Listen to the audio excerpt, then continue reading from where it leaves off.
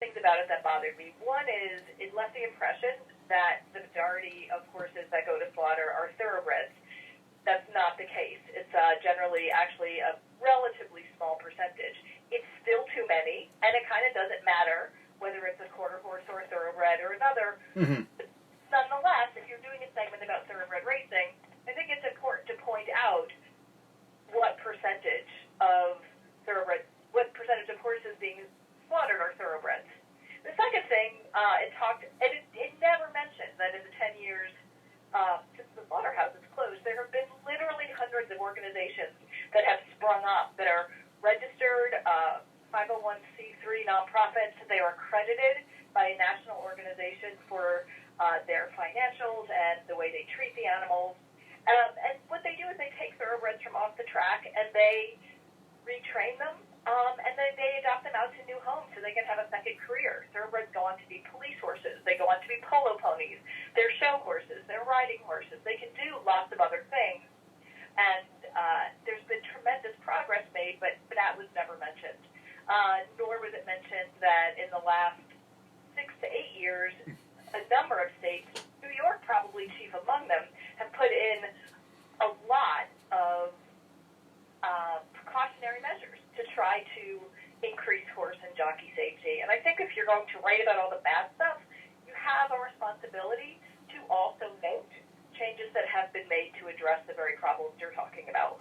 You know, I saw a documentary, but a segment on Real Sports HBO about 10 years ago with this, and they had looked at a track in, I believe it was Chester, West Virginia, Mountaineer, which is in the northern panhandle, right? That real small slither between Pennsylvania and Ohio. But hey, that's West Virginia, and some of the rules vary in state by state. You mentioned, you cannot slaughter a horse in the United States, but you can ship them, say, to Mexico. And I remember after seeing that piece, I was like, I'm never betting on Lone Star again on that track, because it's that much easier to ship a horse to, let's say, Mexico from Texas than it would be from, say, Pennsylvania and Penn National or Presque Isle or someplace like that. So, I mean, it did affect me like that.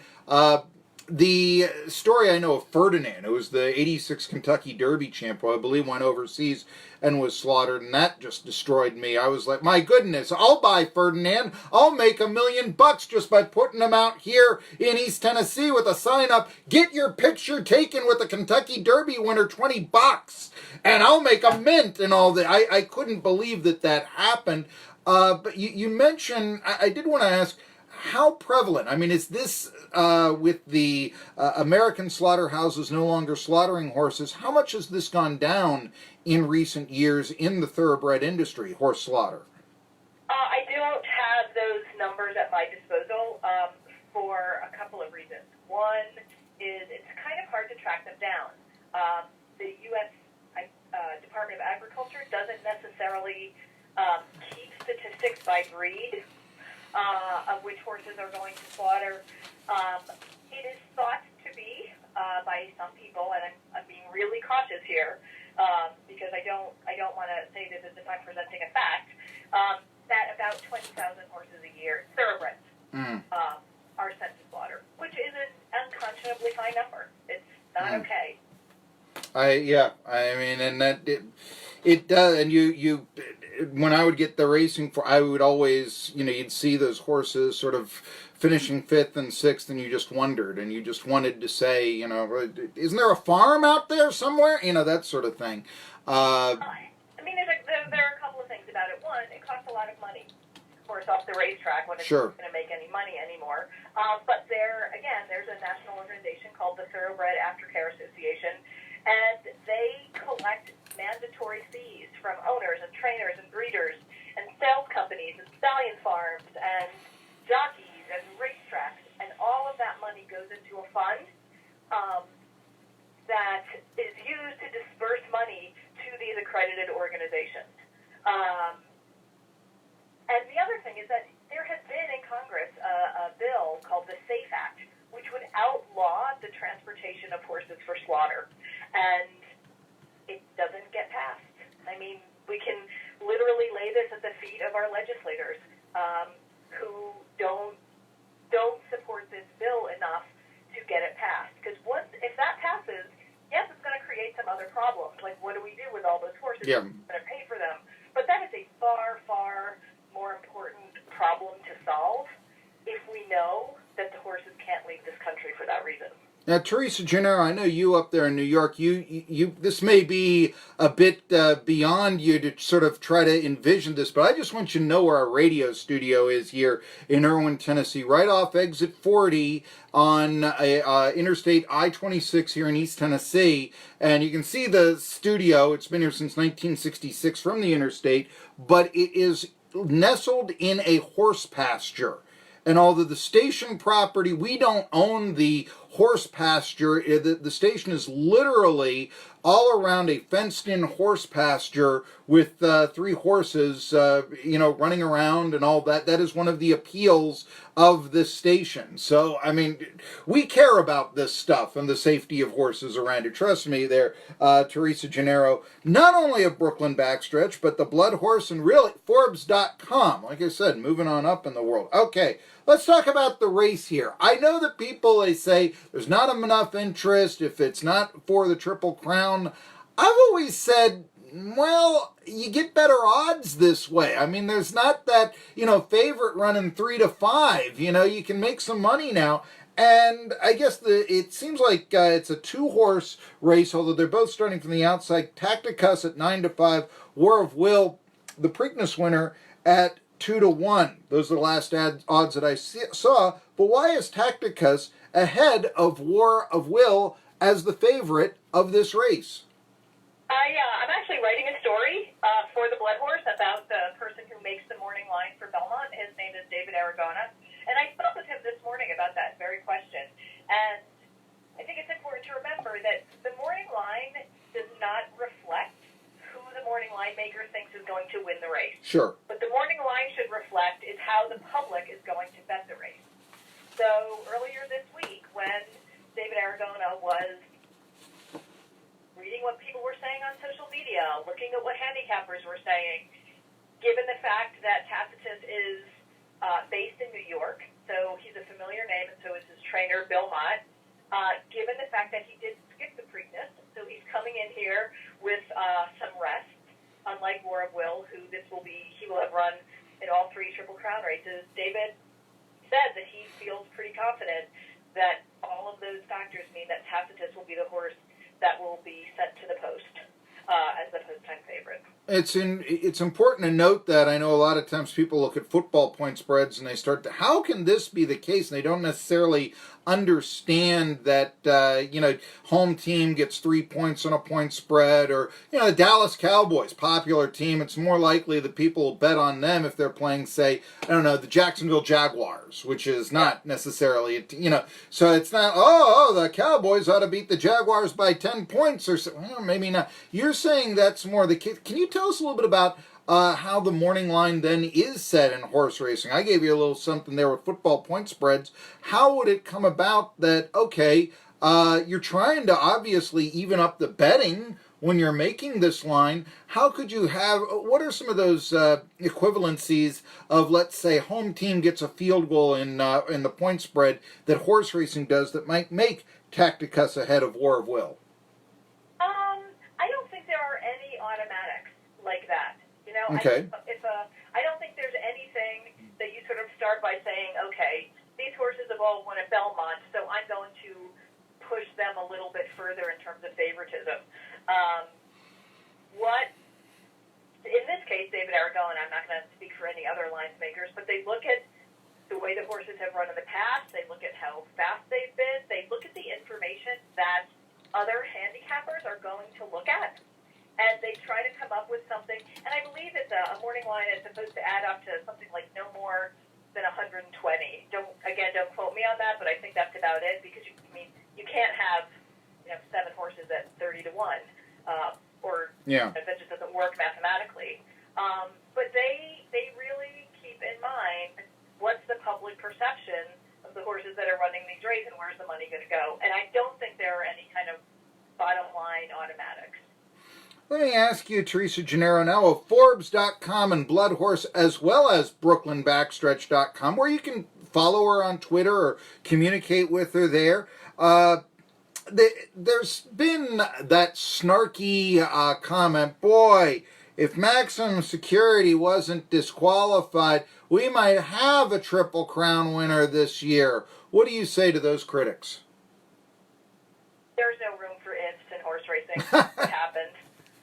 Yes, we will never know, but we'll never know. It's a hypothetical, and it was not necessarily a given that maximum security would come back and win the Preakness. So I think put aside, woulda, coulda, shouldas, and look at tomorrow's race for what it is, which is a terrific betting race with a bunch of nice horses at a beautiful racetrack.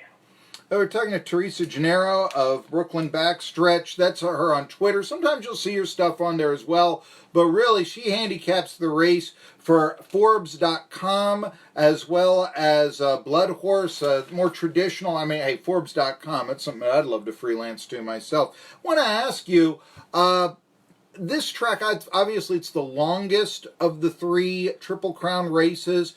To me, I wonder, that's got to make it the most difficult, in my mind. Would you agree?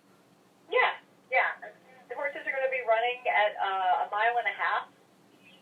They have never run that distance before. They're likely to never run it again. It is incredibly testing. And I think that's okay. There were a couple of years where there was that long Triple Crown drought, and people were saying, Belmont's too long, horses can't do it anymore, and then we have, 2 of them in a few years. And there's also a real plus. Belmont's the only mile-and-a-half racetrack in the whole country. And you were talking before about the fact that both Tacitus and War of Will are on the outside. That matters much less at Belmont than any other track because you have so much room and so much time to get the position that you want. Mm-hmm. There's another horse who's in the Met Mile. His name is Cold Front, and he drew the 1 hole, right up against the rail. And his owner wasn't, particularly pleased with that. But again, at Belmont, probably less of a factor than in a lot of other tracks because the turns are so long and so wide. There's a nice run up to the first turn. So whether you want to take back or whether you want to get to the lead, there's plenty of room and plenty of time to get the position that you want. As we look here at the Belmont field, this is your home track, and I just wanted to ask, are there any other mile-and-a-half races that are out there, or is this the longest one? Is there something that is run that we should know about? Certainly not in the Triple Crown series, but somewhere else at another track. Is there any longer race in America? There are longer races run on the grass. So a mile and a half is not nearly as uncommon for turf horses, or even longer distances than it is on the grass. But on tomorrow's card, in fact, the very last race on the card, post time, 8 o'clock, is the Brooklyn Handicap, and that's run at a mile and a half also. Okay. And occasionally you'll see mile and a half races run in Saratoga. Not that many, but they do crop up occasionally. Now you're talking about you like this card. Now I realize that you're a New Yorker, all that. This is your home track and such, but you like the Met Mile. You said this is a really special race. Marky, take a look at the Met Mile. What's special about the Met Mile this year? I mean, you have 5 Grade 1 winners in it. You have a horse who last won in Dubai, winning a race there, not the Dubai World Cup, but a shorter race. And the first U.S. horse to win that race, and that was Cold Front. You have McKinsey, who was looking to be a Derby favorite last year before he got injured and off the Derby trail. His comeback has been terrific. Won the Grade 1 Pennsylvania Derby last year, and it just has continued to rack up wins. Just have some really, really nice horses. Ferenc Fire, who has won a number of Greatest Stakes races in New York and elsewhere. So you've just got a whole bunch of really nice Grade 1 winners. And it's a race, it's one of, I think it's the 125th or 26th running of it this year. It's old, it's historic, and it's known as a race that can make a stallion. If you win the Met Mile, because the mile's a nice middle distance, horses that can win at a mile can probably win at other distances as well, both longer and shorter. So it sort of demonstrates a decent type of versatility, and a lot of people I know say it's Wow. There you go. So look at the stake. Yeah. Teresa Genaro, BrooklynBackstretch.com on Twitter. Maybe you'll find a story out there also on that website from her. But really, Forbes.com, she breaks down the race. Blood Horse, I mean, that's, right there with, the racing form and such. So, but we got to ask you, okay, Preakness Stakes, who's going to win? No, listen to me, Preakness Stakes, Belmont Stakes. I'm sorry, you have to understand, I actually have, you have to understand, Brooklyn Backstretch, I was thinking about this, they actually don't have, on BrooklynBackstretch.com, they still have articles on the Preakness up, so forgive me, because I was looking at that, the Belmont, the long one in Elmira, her home track, Empire State, who's going to win? I was born in Saratoga. Actually, I'm not sure. I was born in Yonkers, and I grew up in Saratoga. Okay, so Saratoga, well, see, I like that, the canoe, right? That's where Art Rooney bet on, in 1933 at a killing at Saratoga. By the way, this is probably fable, but the story goes that, he had a killing at the track, and then he called up the National Football League, which was then fledgling, and said, hey, how about a team here in Pittsburgh? And that became the Pittsburgh Steelers that he bought into the NFL with his winnings at Saratoga. That story has now sort of been viewed as fable, although at one time it was taken as gospel. I don't know, maybe we should canoe to a Steelers game. It's right there on the river. I see no reason why we shouldn't, Teresa. But no, who's going to win the Belmont? First of all, Art Rooney told me that story last year when I was interviewing him. So Art Rooney II. I mean, the Chief passed away in 1988, but yeah. Yes. Okay. I like you already. If you've got an interview with Art Rooney II right there. I covered the Steelers for a year. I didn't get an interview with Art Rooney II. Go ahead. Yeah. I got lucky. I think I will be using Tacitus on top on many of my tickets. I am also a little bit interested in Todd Fletcher's horse, Intrepid Heart. He's very lightly raced. He hasn't raced at this level. He cost $750,000 last year. Todd has won the Belmont 3 times, I think, maybe 2. And there's a lot of buzz about him this week, this horse, Intrepid Heart, and he is my pick for an upset. So, Intrepid Heart, I've got the odds right here, 10-1. That's what at least it is in the morning newspaper. But so you would say if you were going to do first and second, it would be 10 and 8. That's what it. War Will. You don't see him competing. I wouldn't be surprised. He's one of those horses. I won't be surprised if he wins. I won't be surprised if he loses. Well, there you go. I think he'll be on my ticket somewhere. But those are the two that I like. Teresa, I can't let you just go after these Triple Crown races. You give me a call during the Breeders' Cup. And also, I must still have my season tickets to the Steelers. So we got to figure out that canoe down the Monongahela to the Ohio and all that to Heinz Field. She's Teresa Genaro, Brooklyn Backstretch. Find that on Twitter. Occasionally you'll see an article there. But really, Forbes.com and a Blood Horse. That's where you got to read it. She's moving on up, folks. And yes, she does like the favorite Tacitus to win the Belmont. Not the Preakness. Listen to me. How do you like that?